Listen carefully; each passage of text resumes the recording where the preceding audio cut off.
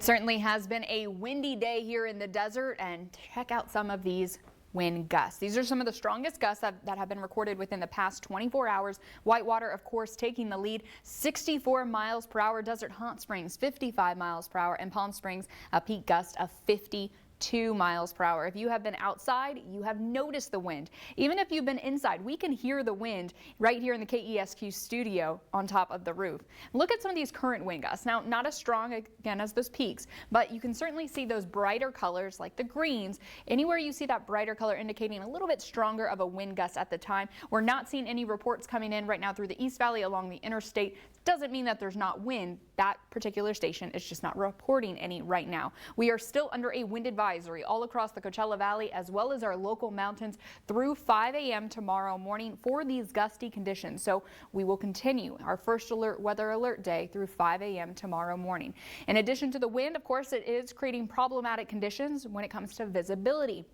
Those gusty conditions picking up sand and dust, tossing it up into the air and reducing visibility, which of course isn't ideal when you're out on the roadway. It can also be reducing our air quality. Now, thankfully right now we are not experiencing anything too bad out there. Overall air quality across the Coachella Valley is in the moderate category. There's been periods of time where we've seen that unhealthy for sensitive groups, but overall looking at it in that moderate group. Should that change, of course, we'll be keeping you posted. Just know that that's a possibility, especially along the interstate where we're certainly seeing some of those stronger wind gusts as opposed to closer to the mountains. Right now you're looking down El Paseo and Palm Desert.